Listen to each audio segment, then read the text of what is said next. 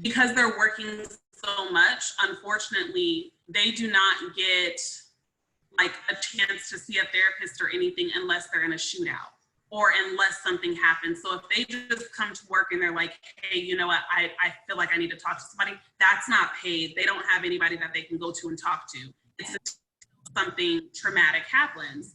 And so that was kind of an eye-opener for me, I think, of just like, of course, again, I can only really speak from like a Black person's point of view, right? For me, raising my daughters and my son, I have a 9-year-old daughter who is very inquisitive, and she researches a lot of stuff, even when I don't want her. She probably has more screen time than most kids, and it's probably frowned upon. But okay, that's parenting. Yep. I kind of let her.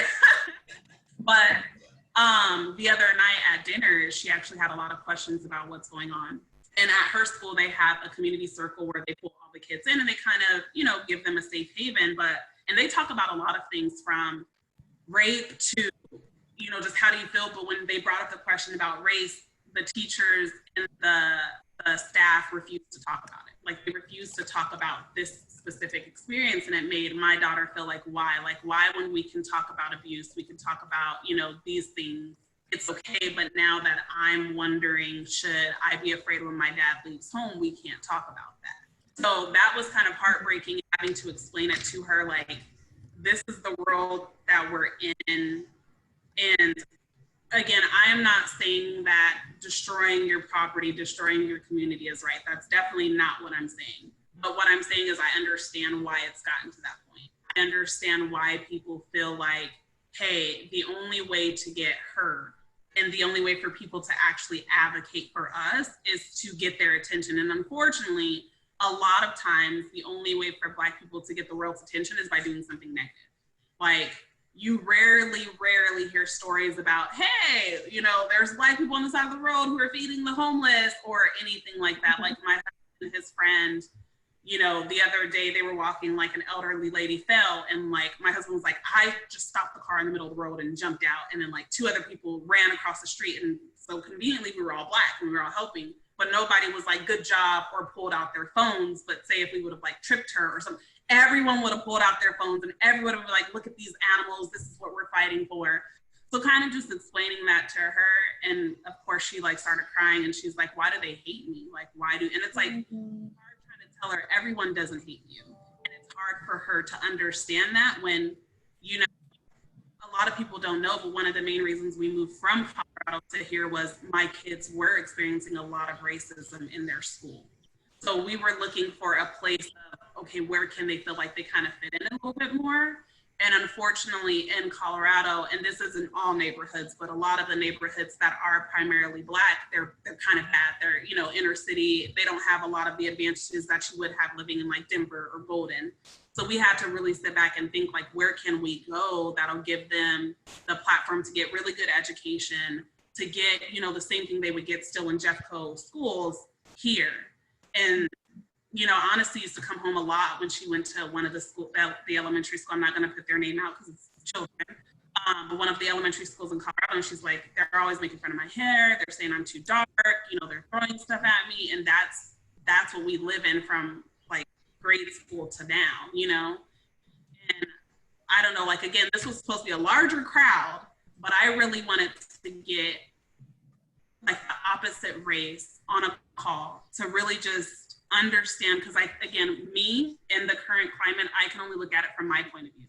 I can only look at what's going on from like a Black person's point of view, a Black mom's point of view, a Black wife point of view. I don't know where you guys are coming from. And a lot of the people who I reached out to were people who I saw were really like active on social media about, hey, this is wrong. And, or they posted things just saying, how can I help more? And so I thought it was good to get like a community of that just together and just say, hey, what are you guys thinking? How do you feel? What kind of questions do you have? Even because I think sometimes on social media, it's hard when you put out a statement or you put out a question or a lot of people begin to attack you. And they take your question, they take your statement however they want to, they pull it apart, they'll take one word and run with it. And that's definitely not what this space is right now. I think this space is for me to get more education on how you guys feel, where you're coming from, but also hopefully it'll give you a space to ask those questions that maybe you didn't feel comfortable asking on social media, or maybe you don't really have like a lot of like Black people in your close circle. And so there's a lot of questions that are unknown that I mean, a lot of you guys know me. I mean, I went to school with Katie, Maria, me and you were walk buddies at work, and Josh has known me since we were, 9? Like, we were kids. So I'm a completely open book.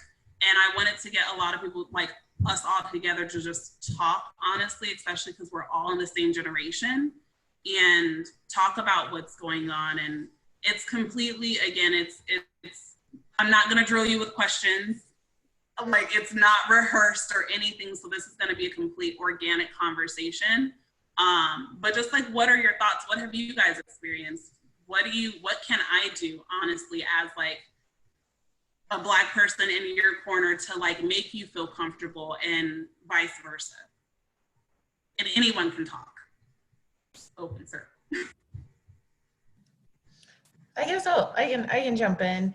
I'm like really angry at myself for, I don't know if it's like not noticing or not doing anything, not feeling empowered to do something, but when you like tell me these stories, and then I have other Black friends who tell me the same things, and it's just like, you know, like, why did it have to get to this point for people to listen to this and for it to not be okay? Like, that's horrible. Like, no one should feel that way, and it shouldn't be like, oh, that's just a part of our society. And I was like messaging you, Ty, about how I was like thinking about some of my favorite songs. Like, we all knew it. Like, it's not like, oh, here it is, this shocking revelation that we've never seen before. So it's just kind of like, I don't know, like disgust, I guess, with us as a society, like collectively, that we had like did nothing for so long about it. You know, I think because talking, of course, to like my inner circle of everyone who's been affected by this, which of course is primarily Black people, right?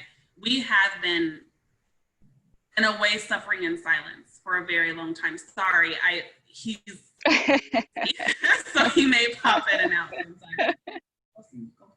Hey, buddy. So from our view, it's like there have been a lot of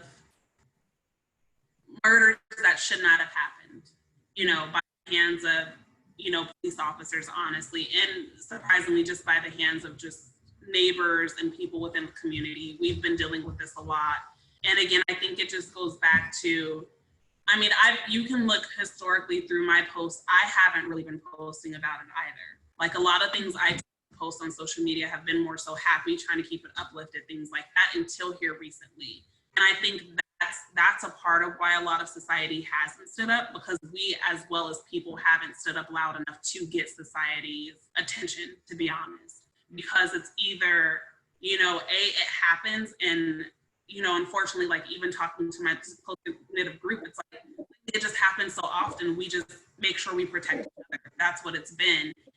Instead of coming to someone we feel close to, or instead of, you know, now it's been so many different groups coming together collectively, like, hey, how can I help you? Even if it's just a conversation. We haven't done that before, even as Black people. And I have not reached out to you guys before until now, right? Just saying, hey, let's get together. Let's talk about this.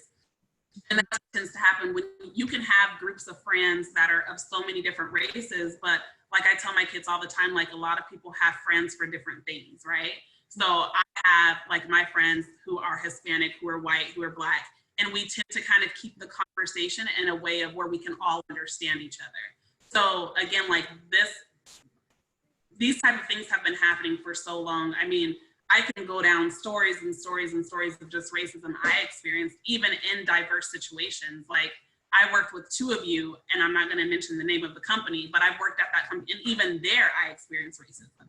So it's not where it happens rare. It happens quite often. It's just, I don't think us as a race have come like to a point where we've asked other races for help like we are now. Before it was like, hey, let's stick together. Let's fight this fight together.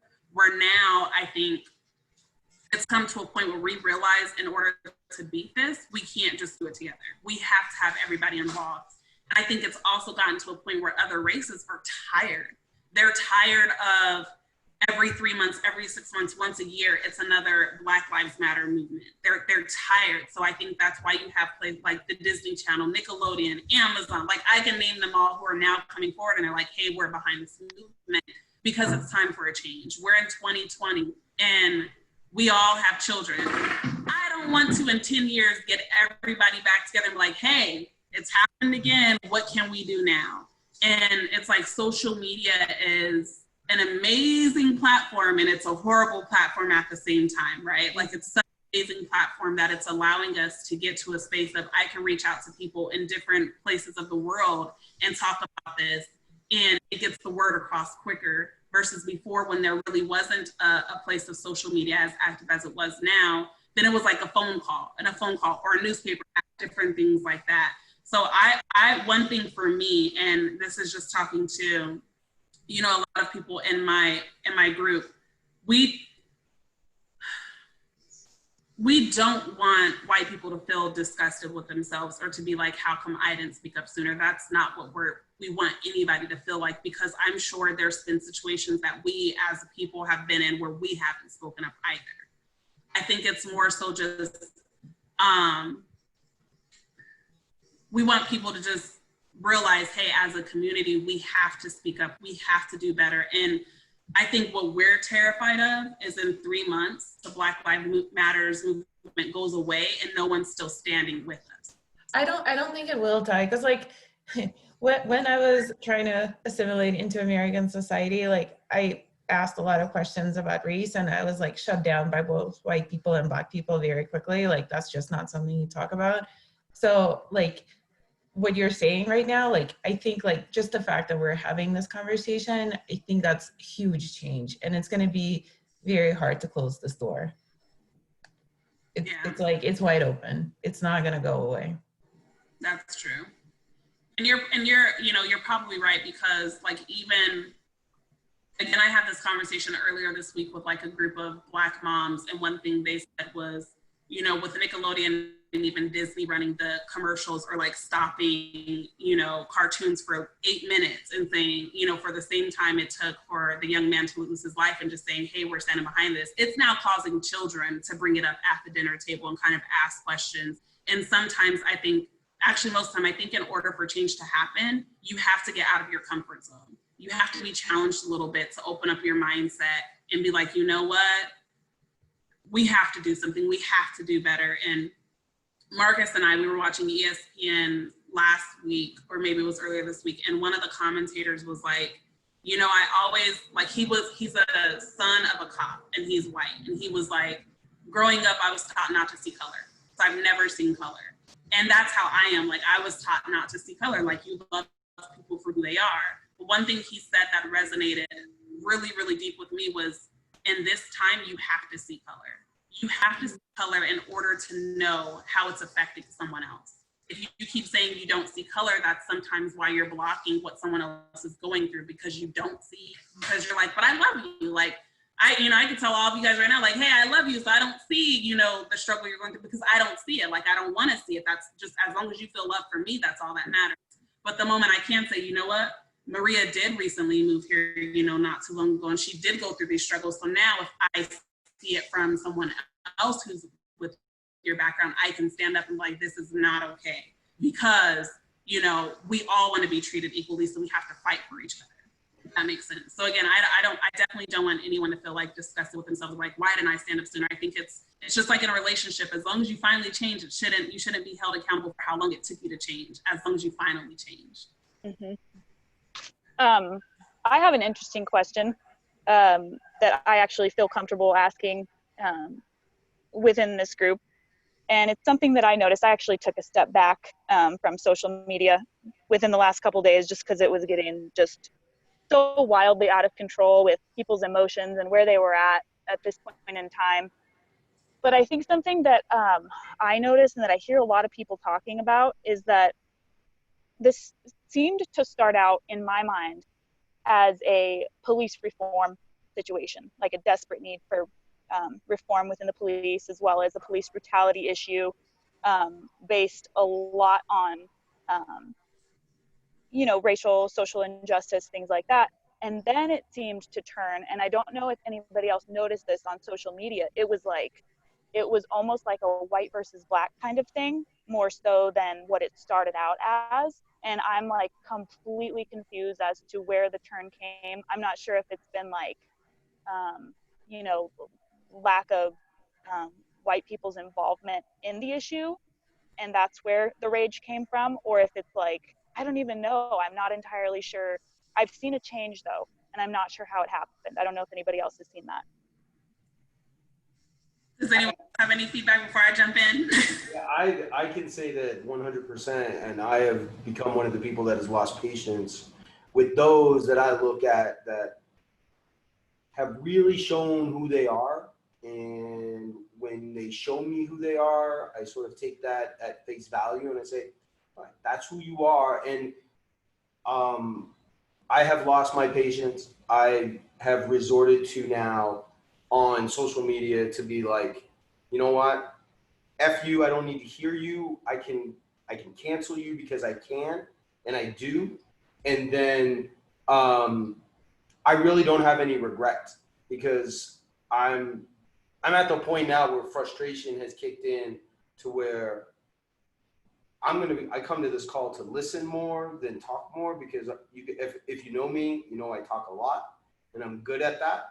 So but now I've learned that I need to listen, and by doing the listening, I'm hoping that so where I was getting with this when you said it's like a white versus black, I think it's more of a I don't know how to say, I guess it's a racist versus a non-racist thing versus white versus black.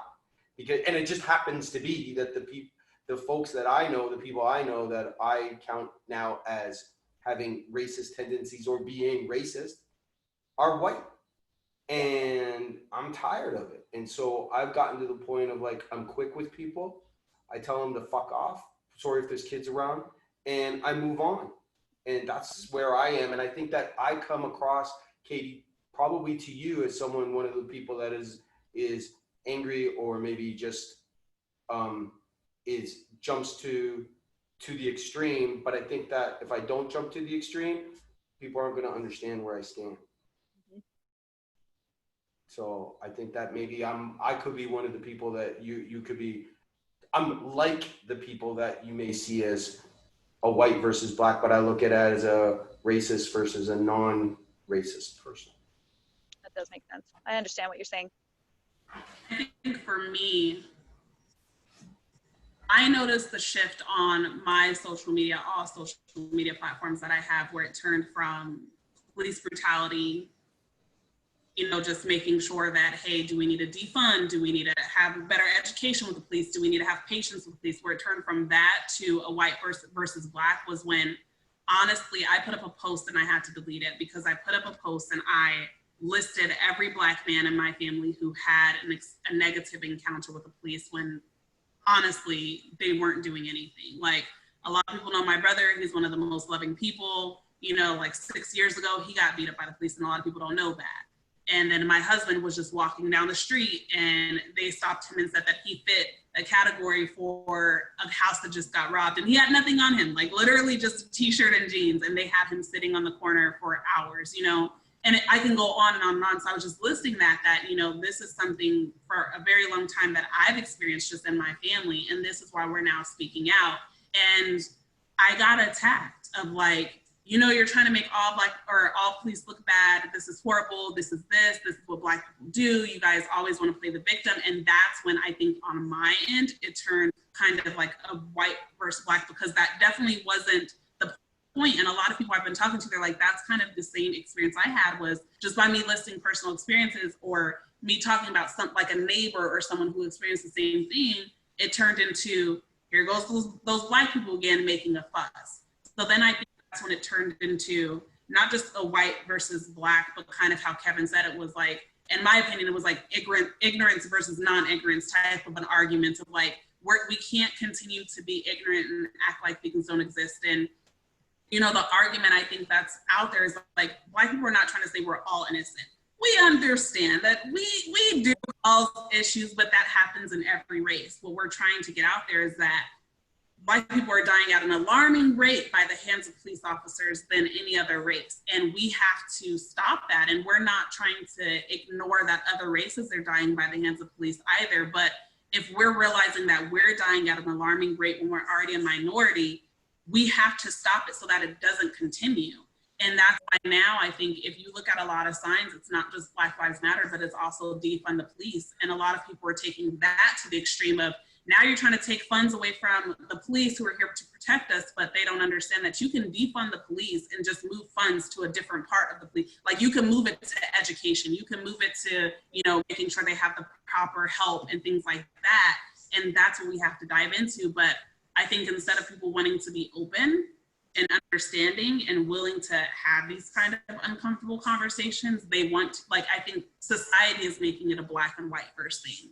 And it's just frustrating is like, it doesn't always have to be. It can just be right from wrong. And the more people can get to understand what's wrong in this world, they're gonna help. But like I said earlier in the call, I think as Black people, we've realized that we do need other races to help us with this fight. So we're actually calling on like other races more so than ever before, saying, hey, help us, like help, you know, talk to your friends who don't want to talk to us, or just call light to the situation. And I don't think unfortunately, there are some people who don't want to hear it. A lot of people have been defriending me, blocking me, deleting me on social media left and right. Even people I do business with, they've blocked me and deleted me and have asked for other people to help them. Like, that's what we're going through. So it's. And to get back to your point here, and to reiterate, it is a Black Lives Matter situation. So when I said it was racist versus non-racist, or however, or ignorant versus not ignorant, the focal point of it is these are Black lives that are getting taken by police. Very rarely, let's call almost never, is it a white life. It's always a Black person. So with that being said, and I didn't want to diminish what I think matters, which is the Black Lives Matter movement. As a white middle-aged male that has benefited from the system that we created since I came out of the womb, that's where I said that I need to start listening more and finding out what my Black friends say is what I should be doing. So I think that's the step, right? That's the step I think that's going to make everyone kind of open their eyes more and understand that, like, hey, I can ask questions, but I also have to be ready and willing to listen. And I mean, even me, I have, for some odd reason, put myself in a situation where the next session that I do is actually with a bunch of racist white people. I've put myself in that situation because I want to hear, why is it like that? Why do you feel this way? And give them the chance to ask me any question they want to, and I'm sure it's gonna go left really quick. You do not want me on that call. Huh? You do not want me on that call. But you know, for me, because a lot of you guys know me, like I'm super passionate about everything I do. And for me, it's, if I can change one person's mind of how they view my race, I'm gonna do that. I don't care if I have to claw my way up a ladder to do so, I'm gonna do that. And I think a lot of the comments that are being made is, you know, from a place of ignorance, honestly. It really is. Like, there's a few people that I've already talked to who were like, you know, I think Black people are just doing this because they want a stimulus check. I'm like, what? It has absolutely nothing to do with the stimulus check. Like, I don't even know how that came about, but those are the kind of conversations I'm having. And or it automatically turns to, well, what about the Black on Black crime? And then I'm always having to fight that. Like, if you have a bunch of people that are of one race in an inner city and they don't have a lot of things, like, you know, if you go into any inner city and you look at every corner, there's more so of a liquor store. You don't have Whole Foods. You don't have a Mom's Organic Market. You don't have the resources that you have if you go to the suburbs. So you have people that are trying to claw their way. And I'm not saying violence is the answer. Definitely not what I'm saying. But it's like, what do you kind of expect to happen? What do you expect to happen if they've just been groomed into this place of violence, of gangs, of robbing? You know, it's just like if you go into, you know, a lower income white neighborhood, that's what's happening there as well. But it's not as common for that to happen. You know what I mean? Like there's So just, it's not as visible, Ty, because it's right. like anywhere in the world, like in Russia, that's like common. You have these same neighborhoods and the exact same issues, but you can't like say, okay, this person is probably from here and this person is probably from there. So that's the only difference. And it's right. And that's what, I think that's what's hard, is that's what we're trying to, on one hand, for me, and even for people I've talked to, it kind of hurts that it's turned into like this white versus black kind of argument. But on another hand, it's really good that it has, because it's given us the opportunity to kind of cut down those barriers and prove like, hey, we can still answer. We're just as educated. We're just as this, and this is what we've been fighting for, but also behind the scenes, this is what we've been going through. So it's given us this kind of playing field to have those conversations of, there's more to it than what a lot of people see. Like there were times where like I have been called so many different racial slurs on my way into work and nobody would ever know. No one would ever know, because we've been taught to like put that face on and you keep it pushing. You know what I mean? And you know, I was actually having a conversation with a lady the other day and she was like, well, why did it get so violent? Like what happened? Why are there riots? What's going on? Why are you guys burning up stuff? And I'm like, first off, I haven't burnt up anything because I have kids and I don't want to go to jail. But the reason it's happening is the way I was raised. And if you talk to a lot of Black people, they'll say they were raised the same way. We were raised to, no matter what someone calls you, no matter what they do to you, you love them. You know, put your chin up, your chest out, and you keep on walking. You be strong through it. You know, I mean, the first time I experienced racism, I was actually in kindergarten, and they wrote like the N-word all over the bathroom stalls. And my mom refused to move out of the neighborhood because she was like, they're not going to chase us out of this neighborhood. You guys aren't going to switch schools. So we've been taught to just, you deal with it and you go on. So we've been dealing with this silently forever. And now you have a younger crowd who are actually way more outspoken than the older crowd is. This younger crowd, you can teach them the same things that we were taught, but you guys have seen it of all different races. These kids are ruthless nowadays. Like they will say, do whatever, like, you know how they're feeling. They don't hide it. And that's what's going on right now, is you have a larger, younger crowd who is like, we're not taking this, because I've talked to my parents and my great aunts and my grandparents and my great grandparents, and they've been dealing with this for so long. We're not gonna deal with it. And that's what's happening is, unfortunately, it has turned into riots. It has turned into looting and stuff like that. But it's still not just Black people that are doing the riots, that are doing the looting, that are doing all this, but that's all they're showing. So it's like, this is what we're trying to tell people is, do you still see how even with all of this happening and with different races, and there have been pictures that have been shown of other races, and that goes away, and it's still like, but the Black people, they're thugs, they're animals. Then it still goes back to race, no matter how much we try for it not to, it does. So. Something interesting also, I think we're in need of reform majorly within the educational system. And I say that because as we go along, I'm hearing a lot of people just totally misinterpret our history as a nation.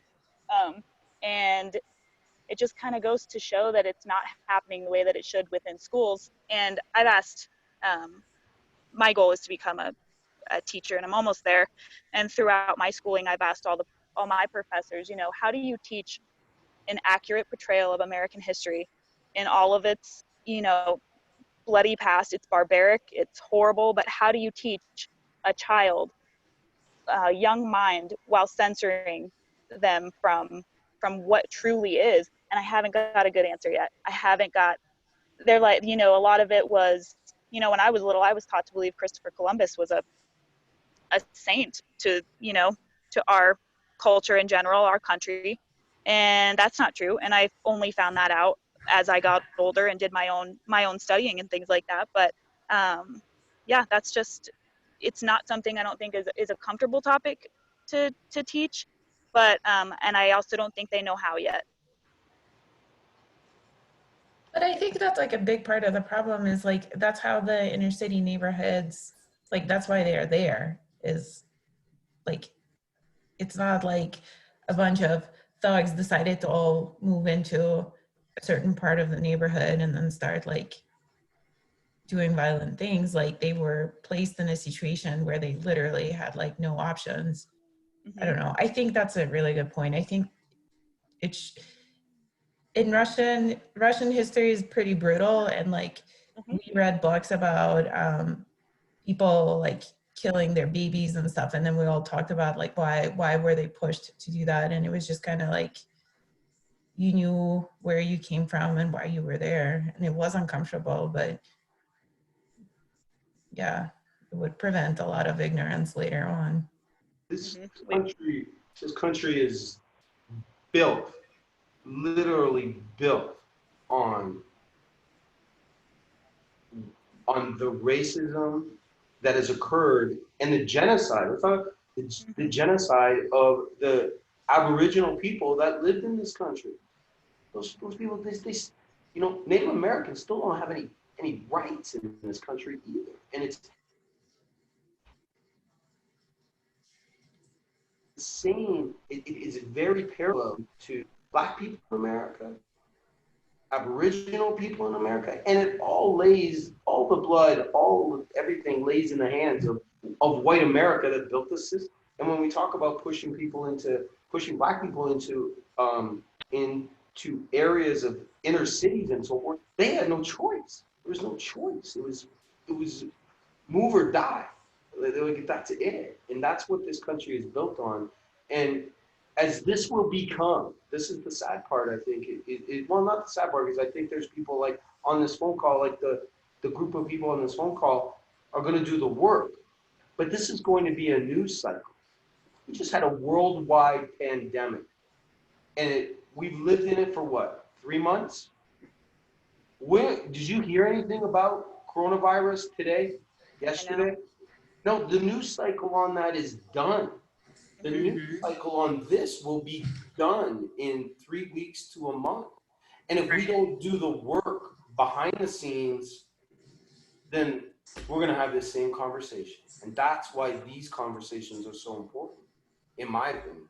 Like the fact that Ty put this together is very important, that we continue to push, because the news cycle will go away until, unfortunately, when the next Black man is killed by a cop. So we have to take this time, defund police, move the money to where it needs to go, take away their tactical gear, all these other things that need to go away to do the right thing, to get to the spot of where we need to be. And I think that, yeah, that's what I think. And, you know, sorry, I can't hear you. Are you guys talking? You're muted. You're muted. Oh man, we don't know. There you go. We can hear you now.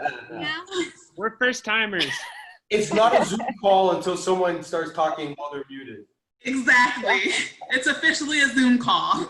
I think for Josh and I think we just really want to know, I guess from your perspective, like how can we help? Like how can we, just what can we, I guess, do? Because we just feel kind of lost, and like we can pray, do everything, but what practical steps would you, I don't know, suggest for us to do? I mean, for me, and again, I can only talk for myself or for, you know, my family and just people that are in my close circle. You know, it's actually, it encompasses a lot of things. Like one thing I do want to touch on is exactly what Katie said. You know, we do have to talk about this to children when they're young, but it also has to be, you know, embedded in schools. Like you can't learn something at home and then at school you're taught something completely different, because that confuses the mind. Like, and I can only talk about, you know, my personal experiences. Like a lot of you guys know I'm half Black, half Native American. What I was taught in school is completely different from what I know from my family. And I would actually like challenge my history professors, challenge, you know, even in middle school and high school. And I actually got put in in-school suspension before for challenging what was in the history book, because I'm like, but this is different from what I know at home. Like, I don't understand it, but it's because they don't know how to, I guess, tell children this is what's going on without being as explicit as you kind of have to be as a teacher, but that's when you really get close to like certain teachers that are willing to talk to you after class, after school, spend that one-on-one time and be like, look,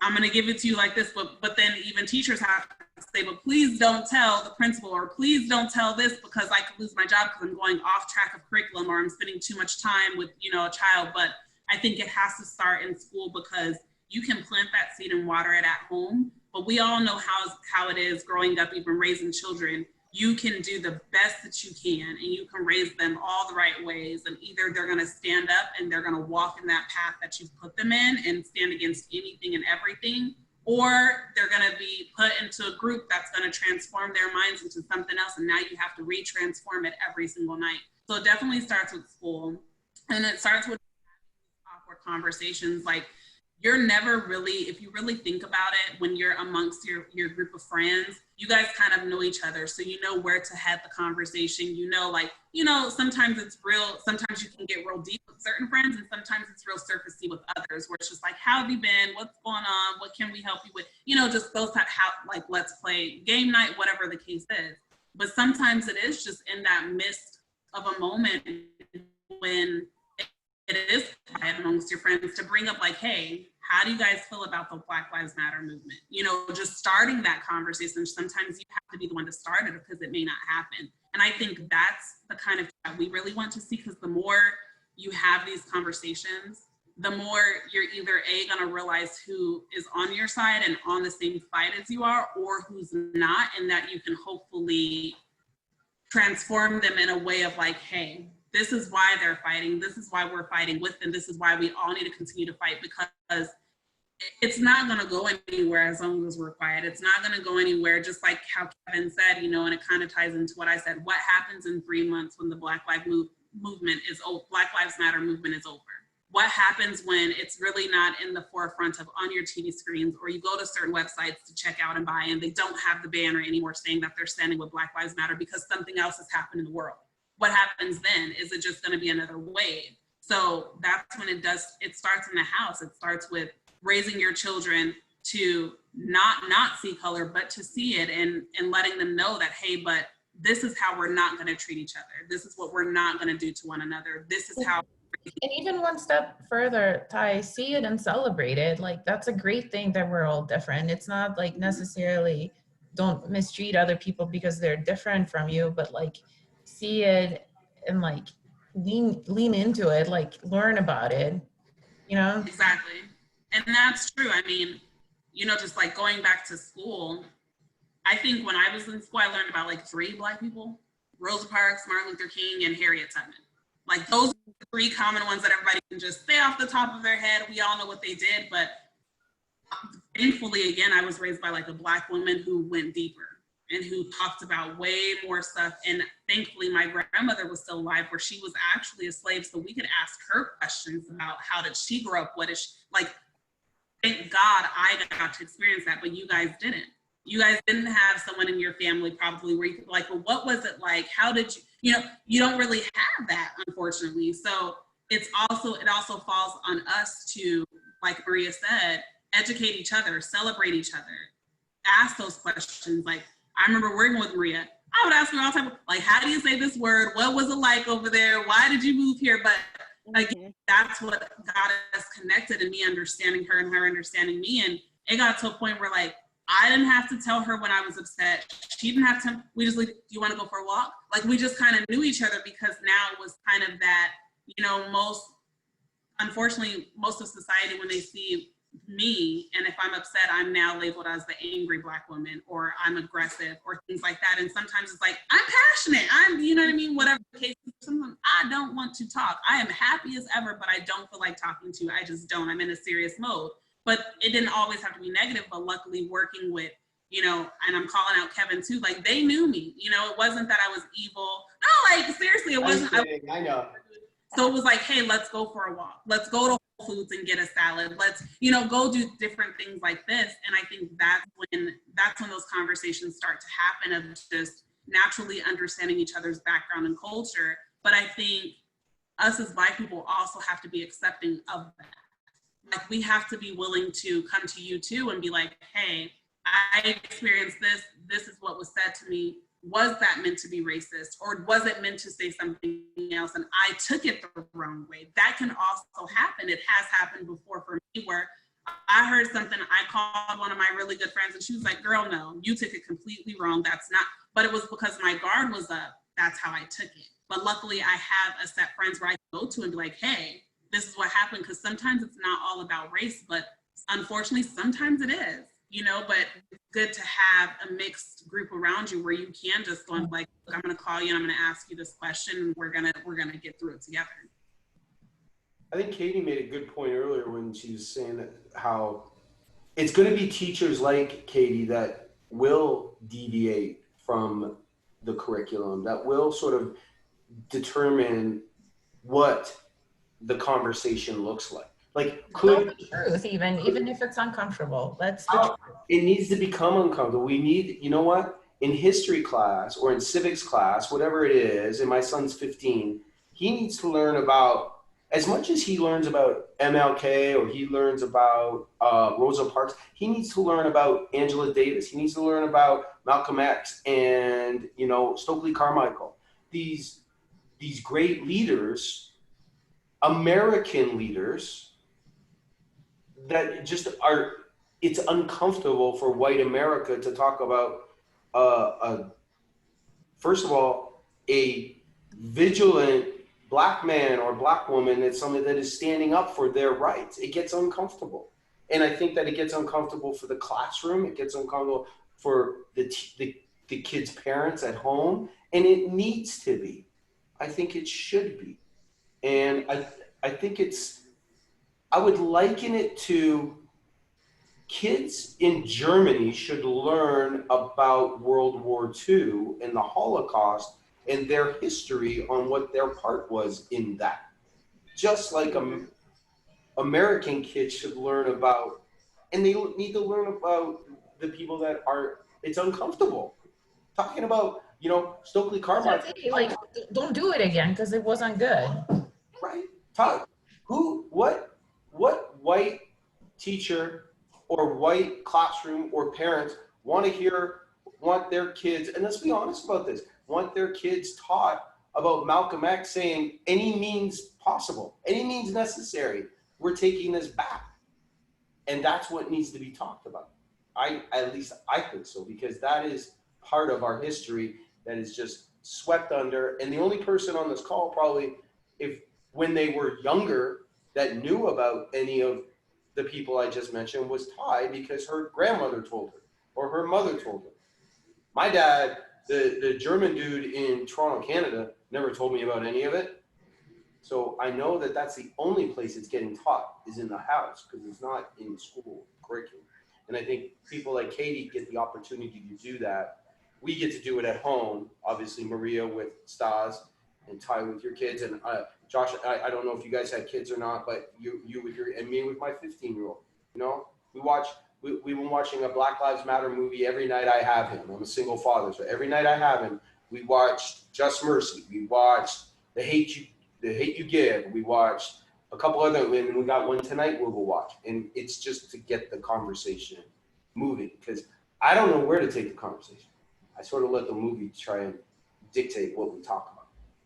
So I think I'll add on to the idea, if I can, really quick, about schools, and which I think is great. I also want to see that same thing in white evangelical churches as well. So I feel my calling in life, what I feel called to do, is to be a pastor, to care for people, to love people, all the things that come along with pastoring.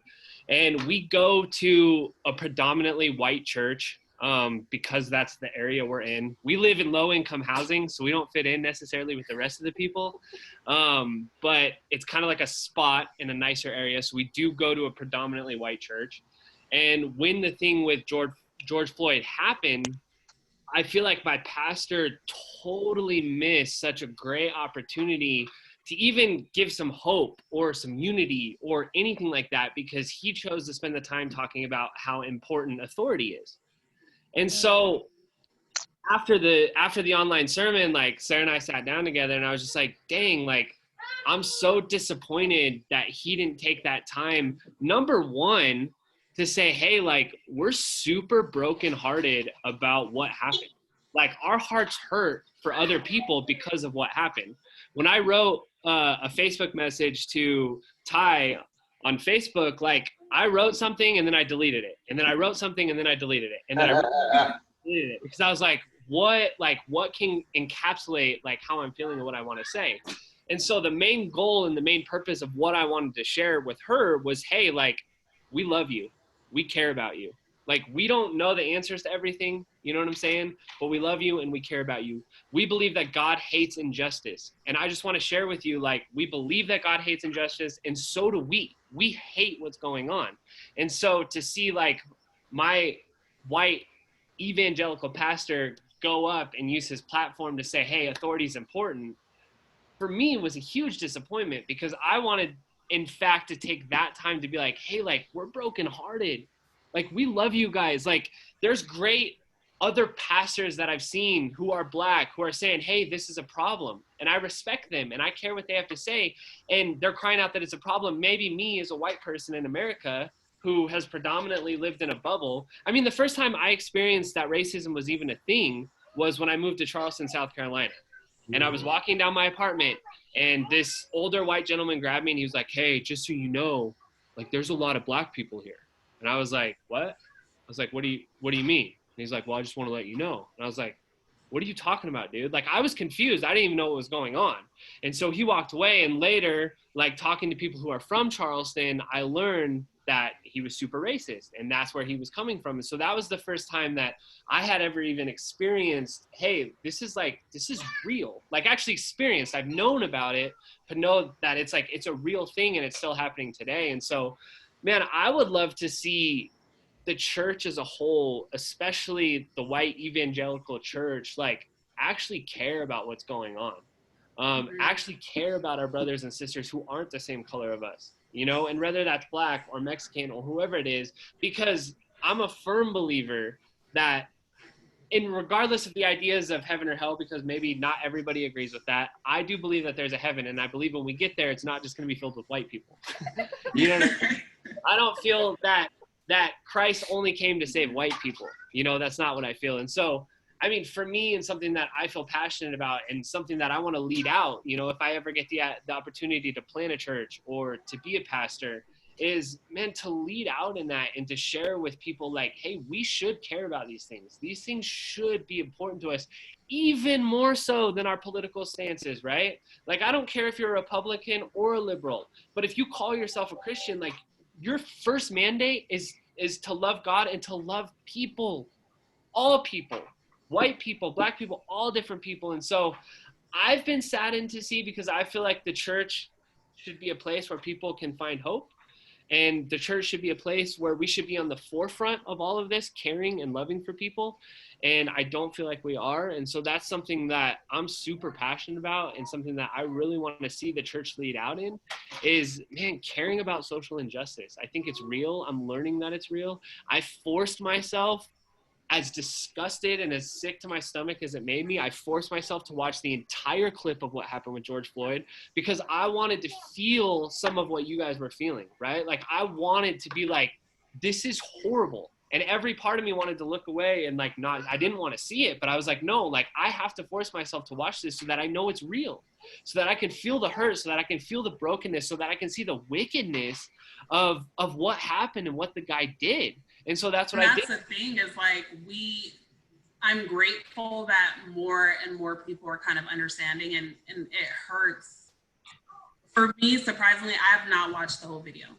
I have not, and I can't watch the whole video because I know personally people who have died by the hands of cops. So I cannot fix myself to watch it, because to me, the reason we're so passionate when like a Black man dies and a Black woman dies, but primarily a Black man, just starting there, is that there is a lack of Black really good fathers. It's a lack. It's scarcity for us. You know what I mean? Like, it's always a broken home type situation. So when you have like a really good Black father who's there for his children, who's, you know, that regardless of what his background is, when you have that and it gets taken away, it hurts our community. It doesn't matter what community you're in, where you live, it hurts, it's painful.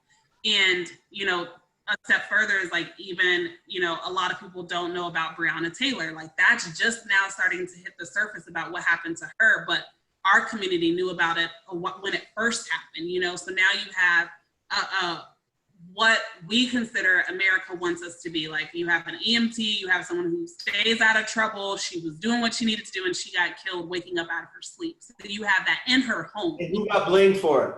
And her boyfriend got blamed for it. Her boyfriend got arrested, was blamed for this. And then now it's coming out, you know, which of course we knew, but they were at the wrong house, wrong search warrant, everything, and she still got shot 8 times.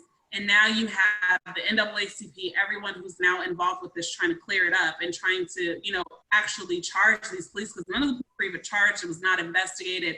They actually asked a question to one of the cops if anybody got hurt during it, and one of the cops said no one was hurt.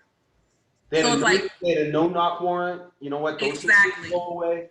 Like, this is what we're going through. So I absolutely agree. For, you know, for anyone who's religious, it has to start in the church. It has to start in the schools. It has to start at home. Like, there's so many different places, whatever your calling is, wherever you are in life, even at work. Like, I had a staff meeting last week, and, you know, it was with our sales department, and the conversation went to this because they could just see that I was off that day. And I don't remember what happened or how the question happened. I was like, you know what? I know a lot of times, you know, at work, you don't want to talk about politics. You don't want to talk about religion. You don't want to talk about race. You don't want to talk. I have to use this platform right now because I work in such a small company for you guys to understand how I feel. And this is what's going on. And this hurts. And, you know, of course I was crying. I was very emotional, but it's like, this is the pain that we go through on a daily basis. And then we still have to go to work the next day as if it didn't happen. Sometimes we need a mental health day sometimes too, but we don't get that. So again, it's like, yes, churches, they have to acknowledge this is what's going on. We have to acknowledge all the Black people's schools. They have to acknowledge this is the real history of America and how America was built. Like, this is the truth. Friends of all races have to acknowledge, hey, you have Mexican friends, you have Black friends, you have all these different races. Protect each other and take advantage of the knowledge that you have at your fingertips. Like, understand, ask those questions. Like, I never minded, even my grandmother, when she was here, she did not mind if somebody asked her about, she called it the big house. You know, she did not mind that if somebody was like, hey, what was it like being a slave? What was it like being enslaved and picking cotton? And she actually loved telling those stories because she felt as though it made people closer to her and understand the Black struggles. Like, understand what is it like, why do we work so hard? It's not, like, honestly, if you talk to any Black person, they do not like working as hard as they do, but we feel like we have to in order to compete. Mm-hmm. When I was in college, I remember I did this research study where I took the name Amanda, and then I took my name Taish, and I submitted 40 applications. All the ones with the same qualifications, like, all of it was real. All of it was like my true background, but one just had a fictitious name, one had my real name. And Amanda got the callbacks first. I got like very few callbacks because of my name. Like, that was the only difference. Same companies, everything. And that's why we fight so hard, because it's like, even when we're finally in our jobs, we're still kind of looked down at, like, and even, you know, taking it a step further, you begin to find out too, like, if you start asking CEOs and stuff like that, you get really close with them. Not all companies, but some companies, they do get a check for having a specific amount of minorities working for them. It's not that everybody deserves a chance. It's that it's also greed that comes into play. Like, hey, by me having a certain amount of Black people or a certain amount of Hispanics, I'm actually getting a check for this. So I have to keep it a number. And, you know, we joke about it in our race, where we're like, you need that Jamal working for you, though. You do need a Black person working under you who can actually step in and say, hey, this isn't right. Like, some of the ads that come, the ad campaigns, things where it's racist and it's blatant that it's racist, but they missed the mark because they didn't have different, you know, races sitting around that table while they were thinking of this campaign before it was released. You know, so it's important to have it. It's not just, it shouldn't just be around a check. shouldn't just be about, hey, we just want to hush people up right now. You know, hopefully this movement goes away. It's about really acknowledging what you have, acknowledging who you have, and realizing that we're all different colors for a reason, you know, like for a reason. We all have different histories for a reason. Mm-hmm. Ask each other about them, understand them. And that's, you know, again, like what's been calling me lately to just have these kind of calls with people was just like, I want everybody to have that platform, even if it's just me, saying, hey, I'm open and you can ask me anything you want. But also, again, for me, like, I need that education too. I needed to know, you know, I need you guys. I need to know, like, what are your minds? Where are your minds at? What do you think? What, you know, what can I do as, you know, a Black woman to help you feel comfortable enough to ask questions, to change your mindset, or to continue fighting for the same fight that I'm fighting for? Like, these are the conversations that have to be had. Hey, Josh, I have a question for you. If you said you submitted a survey to your church, right, after the service, or no? Like, you didn't. So if you did you talk to your pastor about what he talked about or what he didn't talk about? And then if you did, if he or she doesn't change their conversation, would you consider changing churches? Yeah, so first part of that is we obviously haven't really been able to conversate because of COVID. So, and then they just opened up services like last week, but we have a 2.5-year-old and the restrictions are too crazy. It's not worth it for us to go. So I haven't been able to have that conversation with him. If I did have that conversation though, and depending on how it went, then yeah, absolutely. I would consider moving to. Those are the things, I think that's the change, that those are the actions that actually make a difference, is when you have the conversation and you give someone the opportunity, right? And then they don't make that change, then then you have to make the change, right? You have to say, I can't be part of that.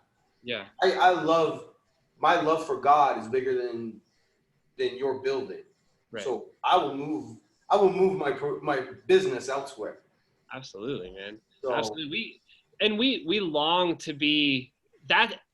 That's also what I loved in Charleston, is I was at a time where I worked at Walmart and I worked with predominantly African-American people. And the gas station that I went to was predominantly African-American people. And wherever we went, there was so much culture that I don't get to experience here in Colorado. And man, it was such a joy for us. It was so fun for us because it was so different than what we're used to. And we long for that here in Colorado as well. It's just a lot harder to find, you know what I'm saying? So even the idea of moving to a church that is more multicultural, you know, is something exciting for us and something fun for us. So yeah, absolutely. I would be willing to do that for sure. My hope would be that he would receive what I would say, you know what I'm saying? And see. That's a better result. Yeah, absolutely. But if that wasn't the result, then yeah, we would both consider that for sure. Absolutely. Hey, Stas. And that's the thing. I think that's like what I have to agree with Kevin is when you're having these type of conversations with people, whether it's an employer, whether it's a friend, whatever relationship you have with anyone, if they see, you know, a different point of view or they're not accepting of that, you have to be willing to stand your ground and either walk away or never give up that fight of any chance you get, bringing it up and hopefully, you know, changing their minds. Because I know sometimes it's hard to walk away from family, and you know, I've had to, and it was tough for me, but I had to walk away from specific family members because it was unhealthy for me. Yeah. But sometimes you have to get to a point where it's like, I refuse to be around racism. I refuse to be around anyone who does not treat men and women equally or different races equally. Like, that's just something I refuse to be around. And it's either A, you change for me because your love for me is greater than what's out there, or B, we have to understand that we're going down two separate paths. And I hope one day you will come down the right path with me and understand that racism is horrible, or unfortunately, you know, you're just going to have to stay over there in that little negative bubble of yours. Because eventually I do feel like with so many people who are fighting for a change, the racist people, they're going to become the minority. They're going to be the ones where it's like what? That's not, you're still like what? Versus now where it's like, yeah, unfortunately, one of the people probably feel some type of way when they're around a Black person, whether it was something that was taught or, you know, something that they experienced themselves and it just turned into that. So. Well, I got this letter from my HOA today. I own a condo in South Denver, and I got that letter from my HOA today telling me that I have till July 8th to remove my Black Lives Matter sign. And I'm gonna get $25 a day fine. So I posted it on Facebook because I wanted to see what kind of reaction I got. And I got 3 lawyer friends that told me to send them the HOA bylaws because they're going to El Gratis fight the HOA for me. That's awesome. I think that is happening, and I think that, well, they're in for a hell of a fight. That's for sure. Yeah. So it's going to be, it's not sport. It's what you're supposed to do. Just because, you know, and I think that, I think when you said, Todd, that you have to either cancel or you mute people or whatever they're going to do if they're going to take that path. Sometimes, but you can't mute yourself. You got to keep being loud, and you got to keep asking questions like this. And I think the HOA deserves to hear from my friends that are Black. That's a lawyer that says, no, that's not what's going to happen. We're going to do. And so that, I think those are the kind of changes. And just like you said, Josh, how you're gonna, if you get the opportunity to talk to your pastor and he doesn't change his thoughts and process, or the way maybe he speaks about certain things, that you would move your business. It's just about moving. It's one of the biggest things we can do, right? Is either put our cash is a big player in this. We move our money from this shit over to this goodness. That's gonna make a difference. I think so, but. And that's like the last thing too that I wanted to touch on, because I know a lot of people are like, well, what can we do? What can we do? For 3 years now, which I don't think a lot of people know about it, like Black people have started this thing on Fridays. It's called Buy Black Fridays. And no one knows about it. Like every Friday, literally, it's like you buy something Black. Like you buy from a small Black owned company, no matter what it is, no matter, you know, what they sell, as long as it's, of course, something you can use. Don't just buy anything that you're going to use. But we've been doing that for like 3 years.